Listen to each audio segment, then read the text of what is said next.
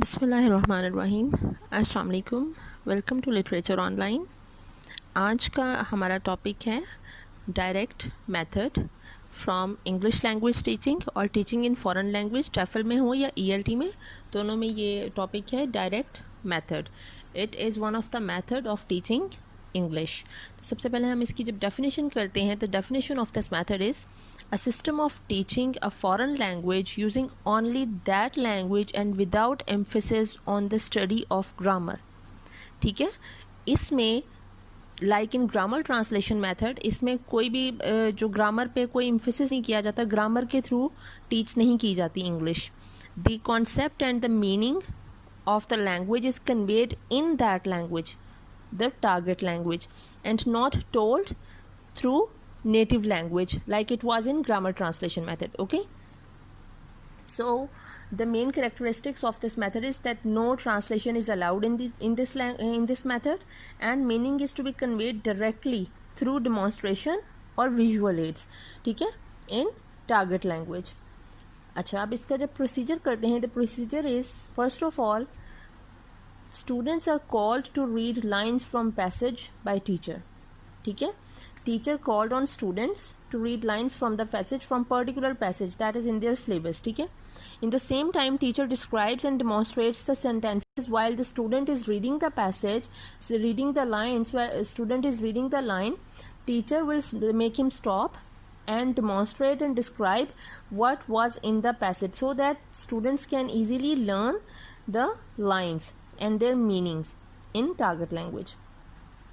After the passage is finished, teacher asks students if they have any question, like students ask what if there is any question like preposition समझने में problem हो जाती है, और something else कोई समझ नहीं आ रहा, what is mountain range, what is chasm, what is between, what is in, what is up, ठीक है, what is walk, कुछ भी कोई भी वर्ड अगर जैसे बेसिक समझाई जा रही हैं तो उसमें कोई वर्ड समझ नहीं आ रहा, अगर स्टूडेंट पूछता है what between means, so teacher क्या करेगा, teacher will demonstrate it, either he will put one thing between two things and he will demonstrate that this thing is between this jar and the glass, या this thing is, और वो आपको बताएगा that you are sitting between this, between him and her.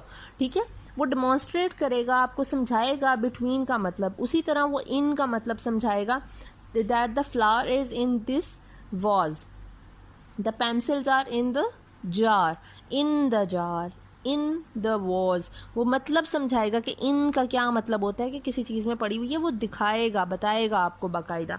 ठीक है, your books are in your bags, right, इस तरह से वो चीज़ों को साथ के साथ समझाता जाएगा। फिर वो क्या करेगा, टीचर एक्सप्लेन करेगा उन चीज़ों को, उसके बाद करता है teacher asks question from the passage, teacher आपसे ओरली क्वेश्चन आस्क करेगा from the passage the student read earlier.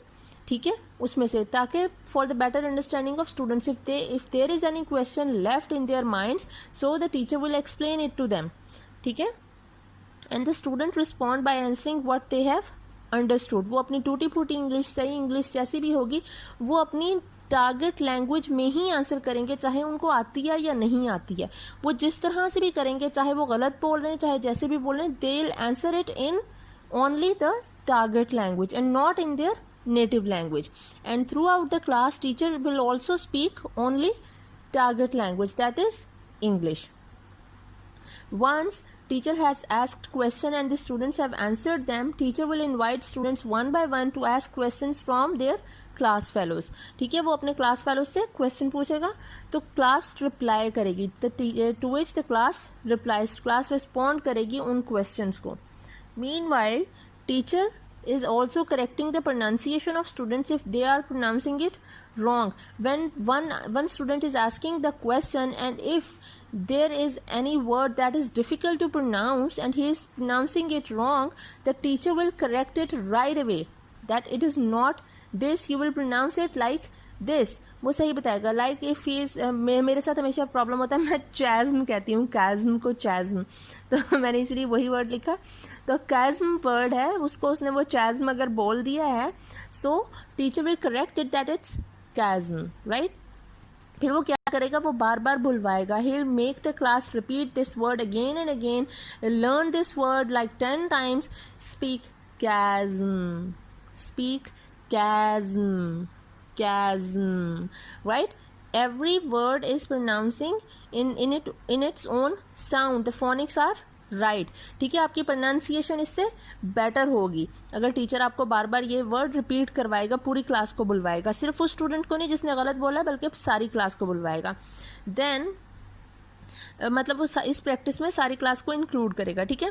Then teacher also corrects the use of prepositions and helping verb while students ask question. While the students are asking question, meanwhile teacher will correct him in his use of verbs or prepositions or pronouns.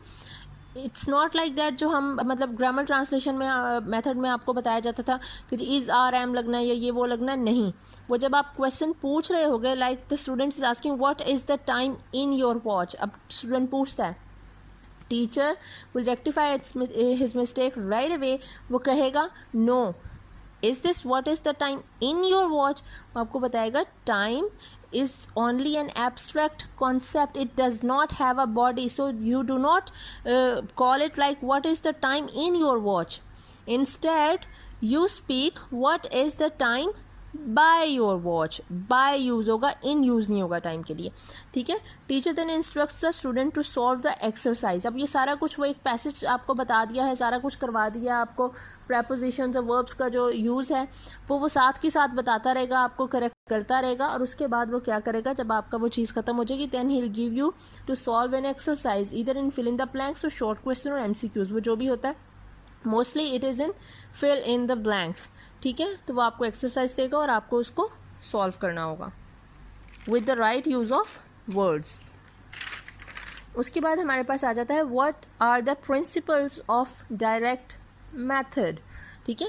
Direct method में सबसे पहले तो direct का मतलब ही आप समझ लेना कि डायरेक्ट मतलब से ही, जिस तरह ग्रामर ट्रांसलेशन मेथड था, तो ग्रामर ट्रांसलेशन से ही पता चल जाना चाहिए कि ग्रामर पे पूरा फोकस है. ट्रांसलेशन का मतलब है कि उर्दू टू इंग्लिश और इंग्लिश टू उर्दू किया जा रहा है, फुली ट्रांसलेशन हो रही है. ठीक है. आपको समझाया जा रहा है आपकी नेटिव लैंग्वेज के through.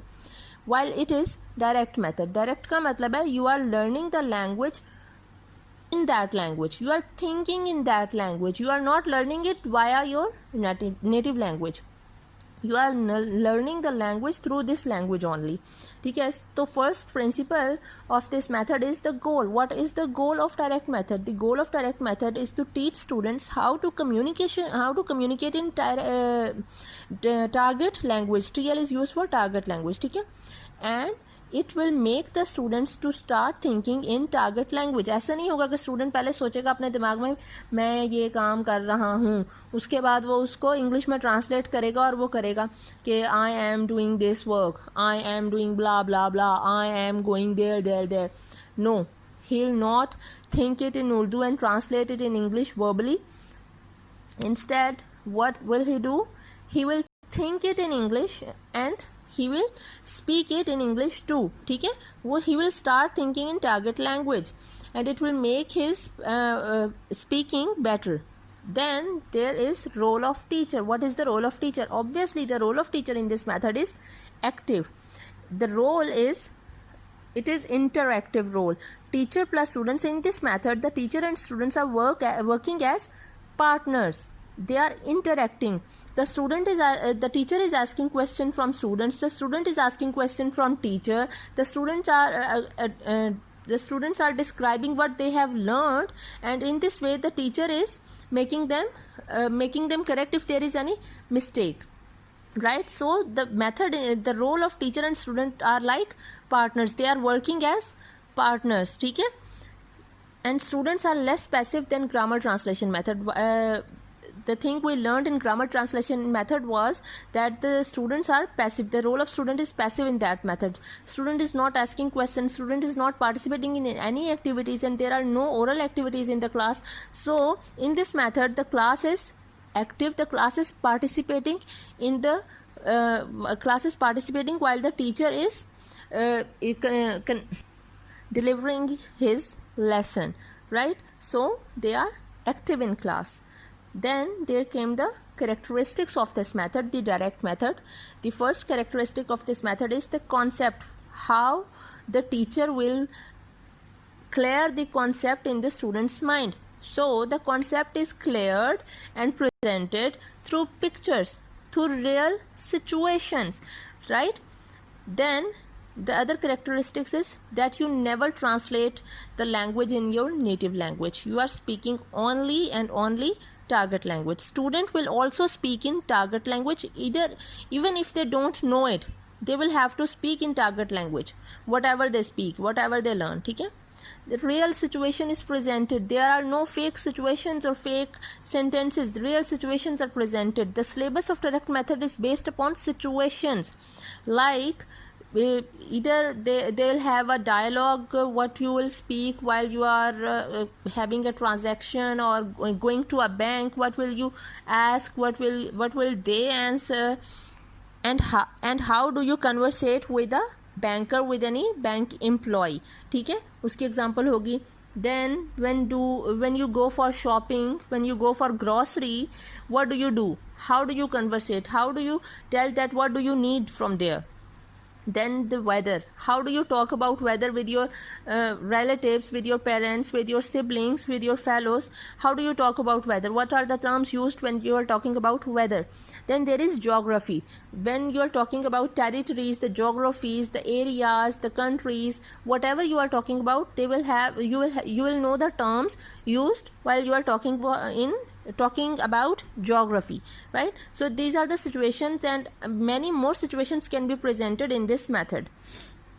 Then the grammar is taught inductively. अब आप कहेंगे inductively, और मैंने last method में grammar translation method में आपको बताया था, in that method, grammar translation method, the grammar is taught deductively, right? In this method the grammar is taught inductively. अब यहाँ पे आपको इनका डिफरेंस पता चलेगा कि इंडक्टिव और डिडक्टिव का मतलब क्या होता है. अच्छा, students are presented with examples and they figure out the rule from themselves. देखें, ग्रामर ट्रांसलेशन मेथड में मैंने आपको बताया था ग्रामर डिडक्टिवली टॉट की जाती है, टीच की जाती है. डिडक्टिवली का मतलब था कि देयर आर रूल्स, एक रूल्स सेट हो चुके हैं, टीचर ने आपको पहले वो रूल रटवा देने हैं.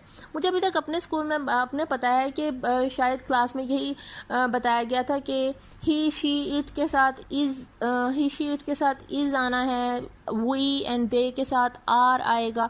ठीक है, जब अब रहा हूँ, रही हूँ, रहे हैं आएगा तो ING ऐड हो जाएगा वर्ब के साथ. ठीक है, तो ये वाली चीज़ें ये आपको बता देंगी. टीचर ने पहले आपको rule रटवाए, they memorized you the rules of the grammar, and then he give you the examples, right? इसमें क्या हुआ, इसमें when teacher is talking to you, when he is delivering the lesson, when he is describing a situation through which he is teaching you the language, what he does, वो आपके सामने आपसे जब बात कर रहा होता है, he emphasizes on the words. When he said I am teaching you, I am teaching you, वो आपको बता रहा है you are learning. Obviously students को differentiate करना आ जाएगा. They will figure out and generalize from this speaking what the teacher is speaking, that he is using is am with I am. When he is talking about himself, he is using I. When he is talking about us, he is using you, right? Then he said, मतलब वो आपको कहता है कि कुछ बोलना है, कुछ करना है, तो ये आपको you will figure out and you will generalize the rules on your own. आप करोगे, आप खुद ही सीखना शुरू कर दोगे. देखो, जब आप उर्दू में भी बात करते हो, बच्चा पैदा होता है, पैदा होने के साथ ही अब जिस घर में पैदा हो रहा है वहाँ पे जो ज़ुबान बोली जा रही है वो बोलना शुरू कर देता है. वो उसको नहीं पता, उसको तो कुछ आता ही नहीं है अभी. ठीक है, वो ऑटोमेटिकली समझना शुरू कर देते हैं. जब मैंने अपने बारे में बात करनी है तो मैं, जब मैंने किसी के बारे में बात करनी है तो तुम या आप करके बात करनी है. उसी तरह जब हम डायरेक्ट मेथड में होंगे, क्योंकि हमें नेटिव लैंग्वेज बोली नहीं जा रही, सिर्फ जो टारगेट लैंग्वेज है वही बोली जा रही है, तो स्टूडेंट जो है वो ईजिली समझ सकेगा जब टीचर एम्फेसाइज करेगा हर वर्ड पे कि वो क्या बात कर रहा है। तो आप खुद ही समझ जाओगे स्टूडेंट्स के अब ये इस चीज़ के लिए आई यूज़ होना है, इस चीज़ के लिए अस यूज़ होना है, इस चीज़ के लिए यू, इस चीज़ के लिए, और यहाँ पे आईएनजी जब कोई चीज़ प्रेजेंट में चल रही है, कंटिन्यूस में चल रही है, तो फिर हम आईएनजी उसमें ऐड कर रहे हैं वर्ब के साथ। अगर नहीं है तो फिर हम उसको, जिस तरह अगर कोई पास्ट में हुई है तो फिर हम उसकी सेकेंड फॉर्म लगा रहे हैं, ठीक है, I did that.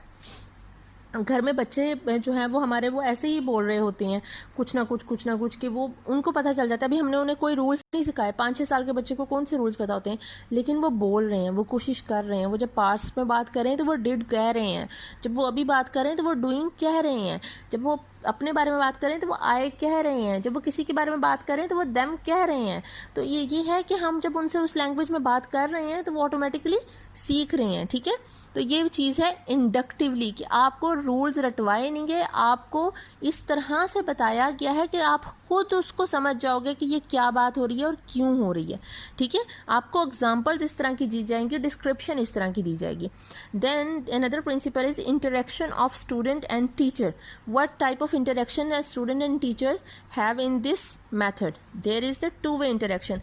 The interaction in grammar translation method was one way, only teacher was interacting, the students were not active in the class, while in this method the interaction is two way, ठीक है।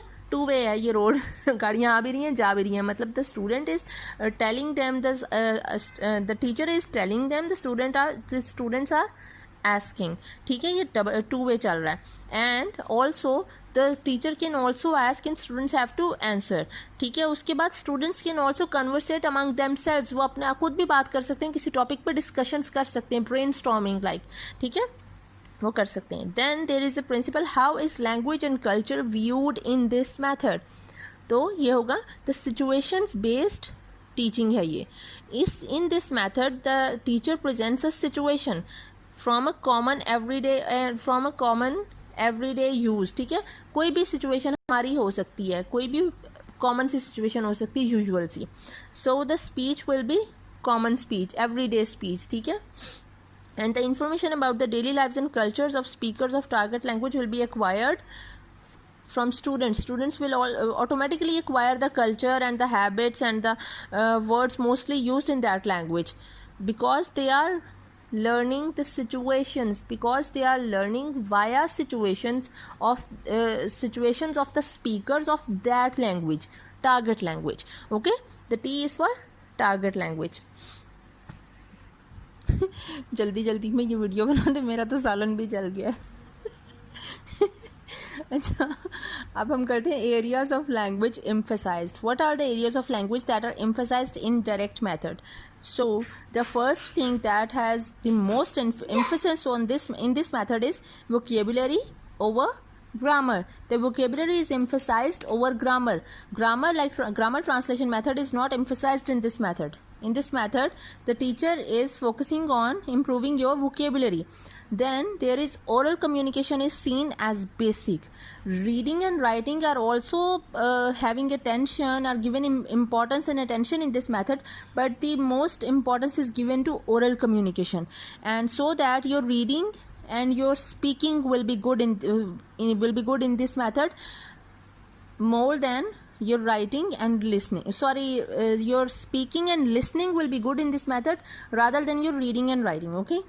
And also the pronunciation also receives attention in this method, because teacher is always trying to improve your pronunciation. He's always correcting your sounds and how to pronounce the words. He's always telling you what is the correct pronunciation of the word. So this method will also improve your pronunciation. Then there is the role of native language. What is the role of native language in this method? So there is no role of native language in this method, not at all, ठीक है। Then how is evaluation accomplished? Evaluation का क्या procedure है in this method में? तो इस method में evaluation का procedure है, the students might be interviewed by teacher. What they have learned during a course of time, the teacher might interview them about what they have learned, or the teacher might ask them to write a paragraph about what they have learned during this course or during some classes, few classes, right? So they might be interviewed or they might be asked to write a paragraph. Then teachers respond to students' errors. What is the teacher's response to students' errors? So the teacher tries his best to get students to self-correct themselves whenever possible. How the students can self-correct themselves? Through techniques, through examples. Teacher will give you examples. Teacher will present you the correct way of using some words via techniques. Like अगर आपको preposition का सबसे ज़्यादा problem होता है, इन, eight, on, ये वो चीज़ें आपको नहीं समझ आ रही हैं, तो टीचर क्या टेक्निक्स यूज़ करेगा? वो चीज़ें ऊपर नीचे रखेगा, वो आपके जो पोस्चर्स हैं, आपको मुख्तलिफ जगह पे आप यहाँ बैठे हो, अब आप ये करें, अब आप वो करें, वो इसके through at, on, in, up, इस तरह की चीज़ें आपको डिफरेंट टेक्निक से समझाएगा. फिर वो डिफरेंट जो है वो जैसे आपको बताता है. और हाँ, दूसरी वो यूज़ करता है जो ये visual images, visual aids use होती हैं. ठीक है, चीज़ें रख के आपको दिखाएगा, बताएगा कि आपको समझ आ जाए, आपकी प्रैक्टिस करवाएगा, आपको मुख्तलिफ MCQs दे देगा कि आप ये करो, आपको फिल इन द ब्लैंक्स दे देगा और उसके नीचे जैसे ऑप्शंस हो जाती हैं कि आप इसमें यूज़ करो कि क्या ऑप्शन सही है. तो ये टेक्निक्स होंगी जो टीचर यूज़ करेगा इस मेथड में. उसके बाद आ जाती हैं techniques used in direct method. So the first technique used in this method is reading allowed. कि students have to read aloud the passage or the lines from the passage. Then there is the question answer session. It might be that a teacher is asking question or the student is asking question from the class. It might be both ways. ठीक है. Then there is getting students to self correct themselves. अब ये वही self correction की बात आ गई. तो self correction by questioning their words. Like मैंने आपको पहले एग्जाम्पल दी थी, what is the time in your watch. अब टीचर ने आपको एक दफ़ा बता दिया कि ये बाय योर वॉच होता है, इन योर वॉच नहीं आता, क्लास कहीं भूल गई है. ठीक है, तो टीचर क्या करेगा? टीचर कहेगा is this what is the time in your watch. In पे एम्फेसाइज किया, उसने अपनी आवाज़ थोड़ी भारी कर दी, उस पर जोर दिया कि स्टूडेंट को पता चल जाए कि ये वो गलत है. Student will think about it. ठीक है, और उसे याद आ जाएगा, हाँ ये हमने किया था, okay this is by the watch. ठीक है, एक ऑप्शन ये हो गया कि टीचर ने एम्फेसाइज किया उस वर्ड पे. The second option is teacher might provide them another option.